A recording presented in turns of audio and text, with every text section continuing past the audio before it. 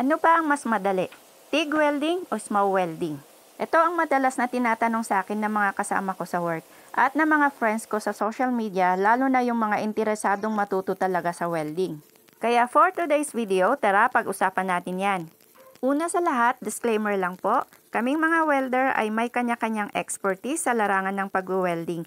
Magkakaiba din kami sa diskarte at lalong-lalo na magkakaiba din kami ng pulso. Kaya hindi ko malahat na kung ano ang mas madali o mas mahirap sa akin ay ganun din sa ibang welder.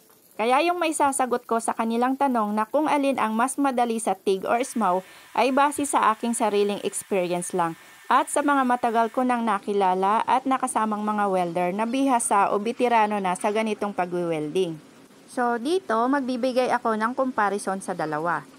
Una, ang TIG welding ay kilala din sa tawag na GTAW na ang ibig sabihin ay gas tungsten arc welding. At ang SMAW naman o shielded metal arc welding ay mas kilala naman sa tawag na stick welding.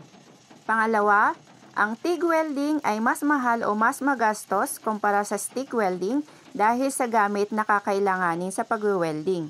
Sa stick welding kasi, basta may welding machine ka, SMAW holder at welding rod ay pwede ka nang mag-welding.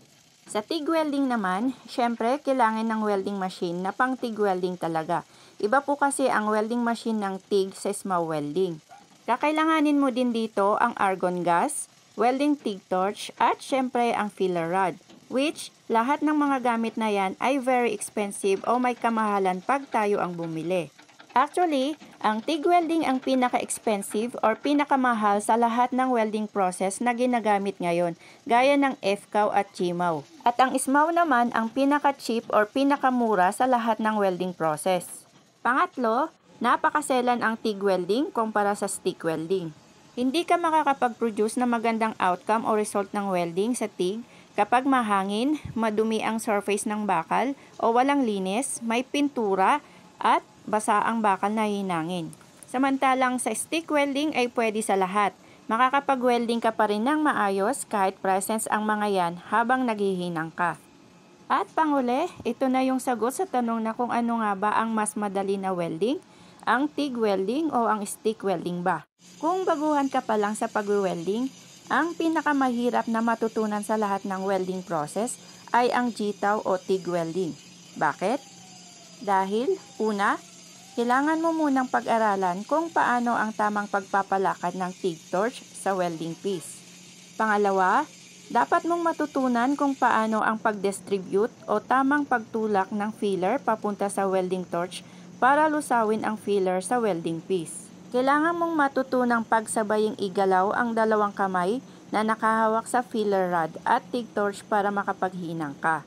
Sa unang tingin, kapag nanonood ka lang sa naghihinang ng TIG, masasabi mo itong madali lang gawin. Pero believe me, iba yung nanonood ka lang kesa yung ikaw mismo ang gumagawa, lalo na kung baguhan ka lang.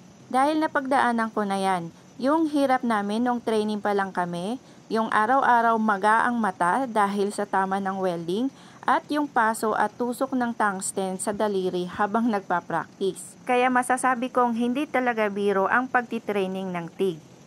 Pagdating naman sa SMAW stick welding, para sa akin ito ang pinaka-basic sa lahat ng welding process.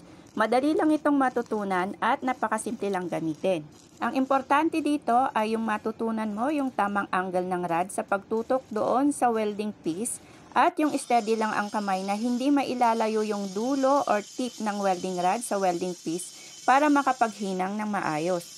Then, ito naman ang kagandahan after ng paghihirap sa pag-aaral ng TIG welding at SMAW welding. Kapag natutunan mo na ang basic sa paghihinang ng mga ito at medyo bihasa ka na sa paggamit, tulad naming matatagal na sa welding, masasabi mo ring mas madaling gamitin ang TIG kesa sa SMAW. Which is true dahil subok ko na yan maging na mga matagal ko nang kasama sa welding. Kapag natutunan mo na yung paggamit ng TIG welding, mas madali na ito kesa sa SMAW o kahit sa FCAW at GMAW.